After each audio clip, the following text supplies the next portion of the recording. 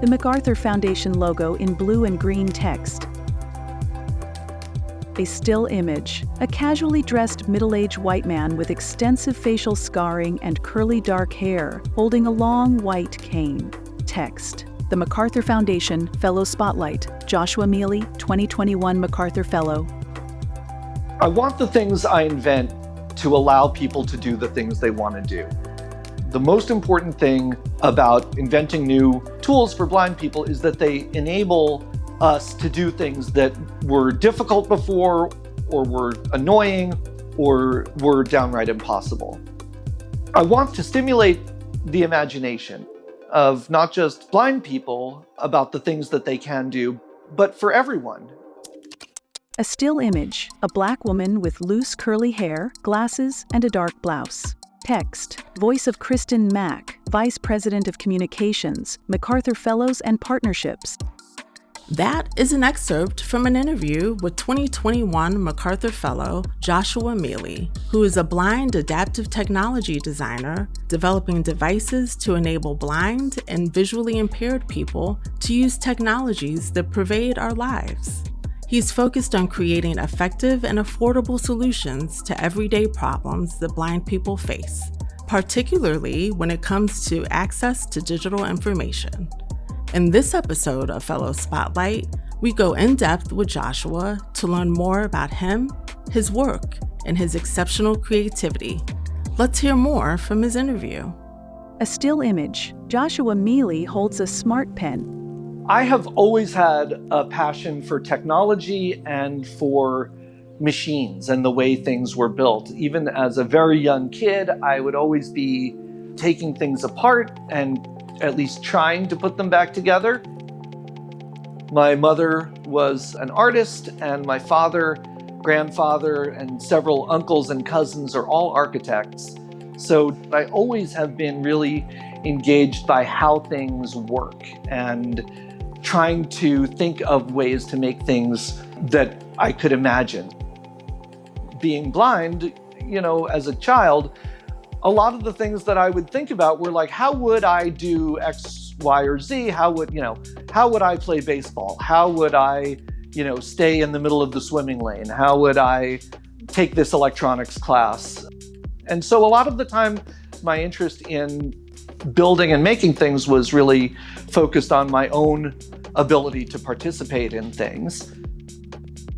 And as I got older, as I became an adult and got involved in technology, it just sort of naturally evolved into looking at accessibility tools and the way blind people interact with computers and other technologies, and figuring out how we can not only gain access to those different kinds of tools, but also be engaged in the creation of those tools. Because so often when someone who isn't blind makes a tool for blind people, it's not quite what you would really want. The requirements aren't always totally met, usually because they're not totally understood by someone who's not living the experience. When you say something is accessible for people with disabilities, what you really mean is that you're trying to take an existing experience, whether it's a classroom or a workplace or an entertainment experience, and make it so that it's something that people with disabilities can participate in the way that it was intended to be enjoyed or experienced. So just providing access is not enough. It has to be access that is similar or has essentially the same vibe as what was intended for the non-accessible experience. A lot of the time that's an engineering process. It's figuring out how to adapt a piece of technology or how to build something that will allow a blind person to engage as an equal. But also it's very frequently social engineering. It's about navigating systems and organizations to figure out where to apply the social engineering to remove the barriers to equal participation by blind people or people with other disabilities. A still image, a tactile map on a sheet of paper with print and raised lines. One of the things that I'm really proud of is the Tactile Maps automated production system that I developed at Smith Kettlewell, and which the San Francisco Lighthouse now offers as a service to blind people all over the world, really. People can call up the lighthouse and get a tactile street map of any place they want. And very often that's of neighborhoods or where their school is or places that they're going to be moving to or need to orient themselves to. And it's because until this was available, blind people didn't have good access to street map information. And learning your way around a neighborhood can be extremely challenging if you can't see. So the ability to touch the streets is really valuable. It's really enhanced independent travel and confidence of learning new neighborhoods. A still image, a colorful illustration of the You Describe platform. A lot of the time, accessibility for blind people really means access to information. And for a long time, we've been really heavily focused on text-based information and image-based information. But really, video has been one of those areas that's lagged behind in accessibility for a very long time. Audio description is the equivalent for blind people of what captions are for deaf people. Captions make the audio part visible for people who can't hear. Description makes the visual part audible for people who can't see. Traditionally, audio description has been created by professionals because you needed to add it in as a separate soundtrack to the original video. So my idea was, well, why does it need to be done that way? And so You Describe is a demonstration of the concept of crowdsourced audio description. All it is a YouTube player that also has an audio recorder built into it, so that when you want to describe something, all you need to do is record your voice describing it at that point in the video. And when other people watch that video, your voice will be there to describe that part of the video at the appropriate moment. Lots of voices are now being heard as voices of description that were not being heard when it was only professionals. And that means that lots of techniques and new approaches to description are being tried. And description is an art and a science, and not all description is good description.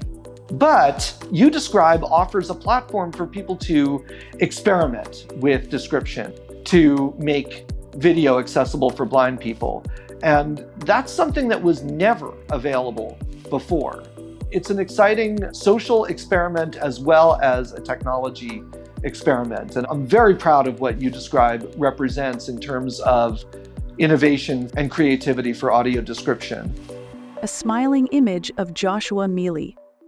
Many of the projects I do are open source, and many of them are very conscious of the cost of materials or the cost of the technology. And it's because it's already a huge pain in the neck to be a blind person. There's tons of stuff that we have to figure out and learn and negotiate that is visually much easier for people who can see.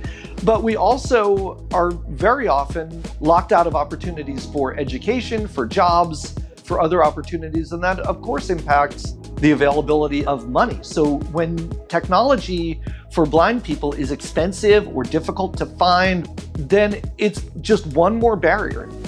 And so it's super important to make sure that technologies are easy to access, that they're inexpensive and readily achievable by as many people as possible across as wide a spectrum of economic ability as we can arrange. I want the things I invent to allow people to do the things they want to do.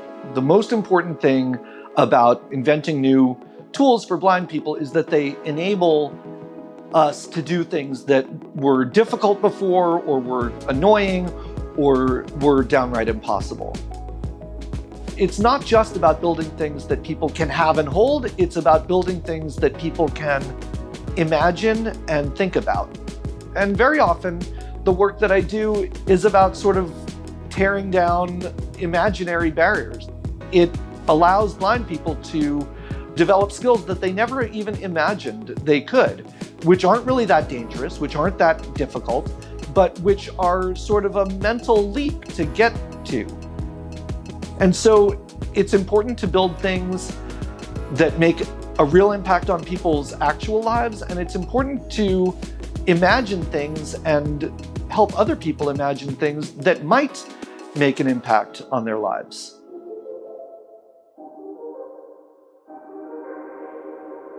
An image of Kristen Mack. Joshua Miele is an Amazon design scholar supporting accessible Amazon experiences. He is the Distinguished Fellow of Disability, Accessibility, and Design at University of California, Berkeley's Othering and Belonging Institute. He is also the founder of the Center for Accessibility and Open Source. The cover of a book, Connecting Dots, A Blind Life, by Joshua A. Miele with Wendell Jameson. It features an image of Dr. Miele as a young child. His memoir, Connecting Dots, A Blind Life, which comes out in early 2025, is packed with humor, adventure, and insights on life and disability. The MacArthur Foundation logo, macfound.org, #MacFellow. The MacArthur Fellows program identifies and supports extraordinarily creative individuals with a track record of excellence who demonstrate the ability to impact society in significant and beneficial ways through their pioneering work. To learn more, visit us at macfound.org.